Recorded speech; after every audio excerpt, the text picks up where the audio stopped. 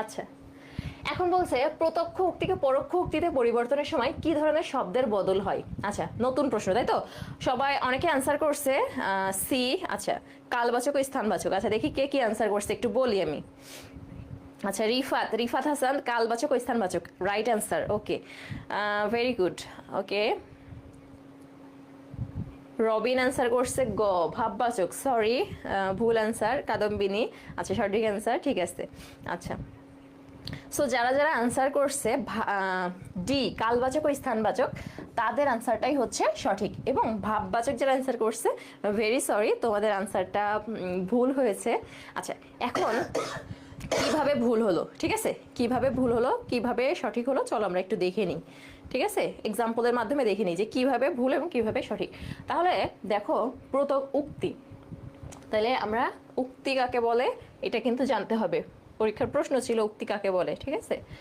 আচ্ছা, সো দেখো, এই যে উক্তি, এখন উক্তির দুইটা প্রকার ভেদ আছে। একটা হচ্ছে কি প্রত্যক্ষ উক্তি, একটা হচ্ছে প্রত্যক্ষ, আর একটা হচ্ছে কি পরোক্ষ। একটা হচ্ছে প্রত্যক্ষ আর একটা হচ্ছে কি পরোক্ষ। পরোক্ষ। সো দেখো, প্রত্যক্ষ উক্তি যখন বলা হবে, ধরো একজন লোক কোনো একটা কথা বলল, অর্থাৎ আমি একটা কথা বললাম, আমার কথাটা সরাসরি যখন আমি বলবো তখন এটা পরে প্রত্যক্ষ উক্তি, ঠিক আছে। আচ্ছা, এক কথায় ন্যারেশন, ইংরেজিতে আমরা যেটা পড়ি ন্যারেশন, ভালোভাবে রিলেট করতে পারবা, ন্যারেশন, ঠিক আছে। সো দেখো, ডিরেক্ট আর ইনডিরেক্ট এক কথায়, ওকে। সো দেখো, একজন লোক, ধরো আমি বললাম যে লোকটি বললেন, কোন একটা লোক, লোকটি বললেন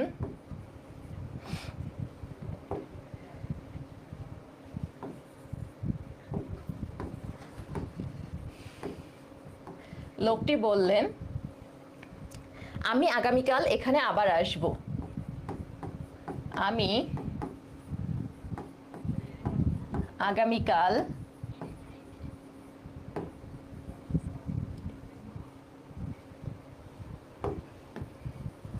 এখানে আবার আসব। এখানে আবার আসব। আচ্ছা আচ্ছা, তো প্রত্যক্ষ উক্তিকে গত ক্লাসে দেখাইছিলাম। প্রত্যক্ষ উক্তিকে যে উপরের এই যে কমা দ্বারা আবদ্ধ করা হয় সেটা হচ্ছে কি উদ্ধার চিহ্ন। এটাকে কি বলা হয়? উদ্ধার চিহ্ন বা উদ্ধৃতি চিহ্ন, ঠিক আছে, উদ্ধার চিহ্ন বা উদ্ধৃতি চিহ্ন। ওকে, এখন দেখো, এই যে একটা প্রত্যক্ষ উক্তি, অর্থাৎ লোকটা সরাসরি এই কথাটা বললেন। এখন উনি যে কথাটা বলছে, এই কথাটাকে যদি আমি একটু আমার ভাষায় বলি, আমি একটু আমার ভাষায় বলি বা আমার মুখে বলি, তাইলে দেখো এমন হয় কথাটা, লোকটি বললেন যে, লোকটি বললেন যে, ন্যারেশনে কি আমরা কমা উঠাই দিয়ে কি বসে এখানে দ্যাট, তাই তো। আর বাংলায় কি যে, ঠিক আছে, বাংলায় হচ্ছে যে। বললেন যে তিনি, তাহলে আমি, তাহলে লোকটি, তাই তো। এখন হয়ে যাবে কি, এই লোকটিকে পরিবর্তন করে আমার সর্বনাম বসাতে হবে, ঠিক আছে। তাহলে তিনি। আচ্ছা, এখন দেখো কিছু কিছু ওয়ার্ড আছে যেগুলাকে যদি গতকাল বলা হয় তাহলে কি হবে আগের দিন, যদি আগামীকাল বলা হয় তাহলে পরের দিন, ঠিক আছে। এরকম কিছু কিছু ওয়ার্ড আছে যেগুলোকে চেঞ্জ করার প্রয়োজন হয়, ঠিক আছে। তাহলে তিনি পরদিন, মানে পরের দিন, ঠিক আছে, তিনি পরদিন। আচ্ছা, সেখানে, এখানে থাকলে কি হবে সেখানে, আচ্ছা, হেয়ার থাকলে দেয়ার, এরকম, ঠিক আছে। আচ্ছা, তাহলে সেখানে আবার যাবেন, আবার যাবেন। তাহলে পরোক্ষ উক্তিটা কি, কথাটা এমন হলো না, কথাটা তো এমন হলো, ঠিক আছে। তাহলে দেখো, লোকটি বললেন যে তিনি পরদিন আবার সেখানে যাবেন। এখন দেখো, এটাকে আমি প্রত্যক্ষ থেকে পরোক্ষতে রূপান্তর করলাম। এখন এই যে করলাম, এখানে দেখো এই যে যাওয়া, আসবো, আচ্ছা, আসাটা হচ্ছে ক্রিয়া কাজ, ক্রিয়া, ক্রিয়া বা কাজ, ঠিক আছে।